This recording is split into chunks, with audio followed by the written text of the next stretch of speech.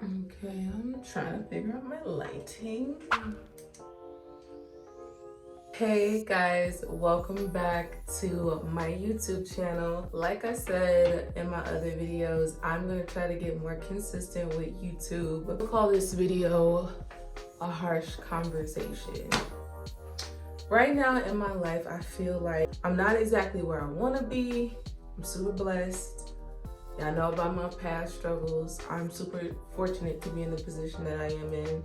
However, I've had some past traumas that's been kind of bothering me in life, and I kind of want to let you guys in on this journey just in case it might help someone and it might push them, to feel better about their circumstance. Everybody goes through stuff, and I hate that saying so bad because it just makes it super insensitive, but it's true. Unfortunately, we go through things in life that has to teach us some hard lessons. Some of it is our own decisions. Sometimes we were brought into situations that may not have been ideal. I'm going on 25. I'll be 25 March 20th, and I'm so excited. But I also have to be realistic with myself and get past these past traumas and hurt. With it being the holiday, I'm gonna let you guys in on a really hard part of my life that I haven't been able to put into words just as of yet. I didn't really think I could be able to talk about my traumas for the simple fact that it might bring embarrassment or shame onto my loved ones or to my friends. I'm a type of person who really don't want to wish that on my worst enemy, to bring more hurt to someone, even though, they may deserve it. I just don't want to be a part of it, if that makes any sense. It's really hard. I'm so nervous to talk about it. I'll start here. My childhood wasn't necessarily your typical childhood. I was raised by my grandmother, and I love her to death. That was someone who knew me better than I knew myself. Someone I laughed with and cried with and fought with and got smart with. Who taught me the essence of character and taught me the essence of standing on what you believe in, and someone who made me appreciate and look at life in multiple different perspectives. She came into my life, I want to say, I want to wear my makeup. She came into my life, I want to say, very early, like when I was a baby. When she passed, I was in a place of anger and a place of resentment. Came to a point in life where she had to let go. She knew that. She knew she was tired. She would complain all the time about being tired. And I wasn't around her as much after college just because I was so mad at the world. Like, I was very angry with how life took its turn of events. And we'll go through each story so you guys can get a feel for some of the things that have hurt me. Situations, people, friendships, all of that. And I wouldn't be here today if I hadn't gone through them, but I really do wish I learned quicker from them situations. But I miss that lady to death, and it makes me angry that she is gone. She passed away February 27th, 2019. And I got a phone call around 11:30, close to midnight, saying that, she had passed on. And God, I was so mad, y'all. I was so angry at the fact that, I was selfish. I was like, oh my God, she left me, Ever since her passing, I felt like everybody that was around me, really wasn't there for me like they said they were. And so I deaded a lot of relationships then. Some of them were needed, and the others was just out of anger. I couldn't take being around people who wasn't for me. Prior to my grandma's death, I was a people pleaser. That was the hardest journey to ever navigate through, cutting those people off. It was going through isolation and grieving all at the same time, and not really understanding why this is happening, but really trying to get in order what was supposed to happen for me. I don't know if you guys know or not, I met my boyfriend that January. Like, we had talked that December, January for the first time through the internet.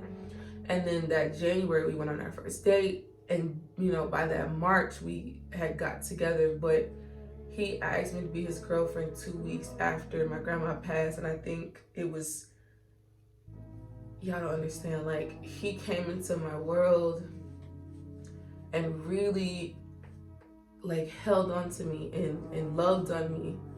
And, you know, we're not perfect. I'm not going to make it seem like we're ideal. He definitely have his ways and I have mine. But I did believe that God took those people out of my life for a reason, to bring him in. And I can't tell y'all how much I traded in everything that I thought I knew for him, and it has been the biggest blessing of my life. So no matter what terms we on, there's always going to be someone who really took me for me. And that was the first time and first relationship that I ever had that. So when she died, it made me evaluate the relationships I had with people, but it also made me evaluate the relationship I had with my own mother.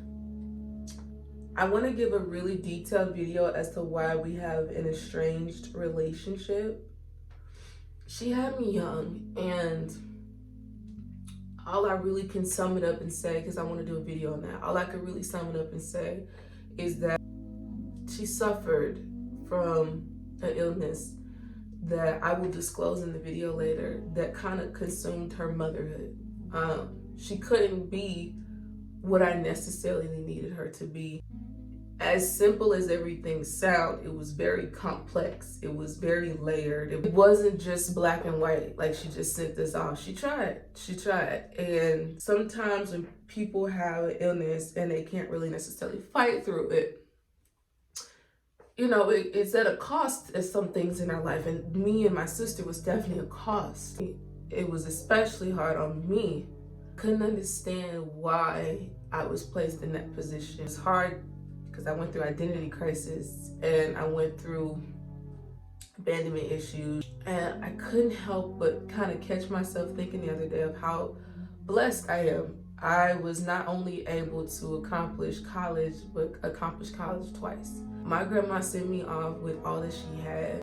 She really didn't know how it was going to go, but she just knew that Alicia, she was going to figure it out. You know, she told me all the time, she wrote me. She'd be like, I'm not concerned. You're gonna graduate, you're gonna figure it out, you're stronger than you think. You know, her and my aunt helped out as much as they possibly could, and I can never repay them in life on what the sacrifices that they had to go through. But I just envied the fact that Christmas wasn't filled with a mom and dad. I had to figure it out, you know? And I want to say that this relationship that I had with my mom, it didn't necessarily go in a better path after my grandma died. And I do want to dead some of this. I just have to get through this hurt.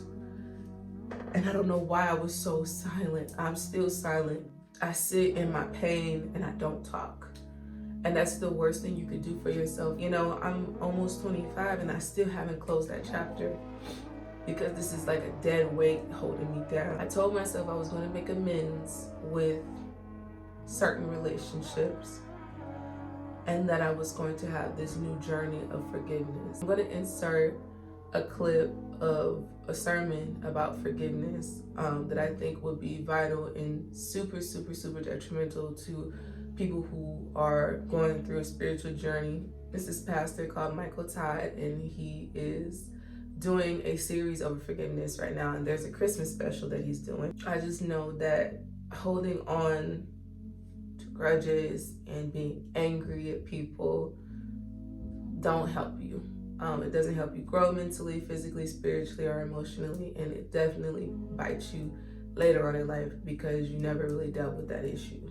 I don't want to sit here and say that I went around not forgiving people and that's why all the relationships in my life didn't work. Some of those relationships that I cut off were meant to be cut off because I had a realization on people who were using me. That's another story. But I'm talking about those who have hurt you, have really broken your spirit and have done things to you that is unimaginable, and having to own what they did and not have it weigh on you so much, if that makes sense. I really pushed to better myself, to push myself to love myself more, love what I'm in, because I even tell myself, I look around in this beautiful home that I have, which I'll give y'all an apartment so one of these days, but I gotta actually get everything in here. But I look around in this beautiful home that I share with the man that I love, and really look around and tell myself I don't deserve this life. Ain't that crazy? I told myself that I don't deserve this because I didn't come from it. And so in my mind, I always felt like if it was happiness, I didn't deserve it because I wasn't born into it. And as crazy as that sounds, that's just how my brain was wired to believe my reality. It always just felt like, oh, he loves you, he don't really love you. Or you got this new job, you're gonna lose the job.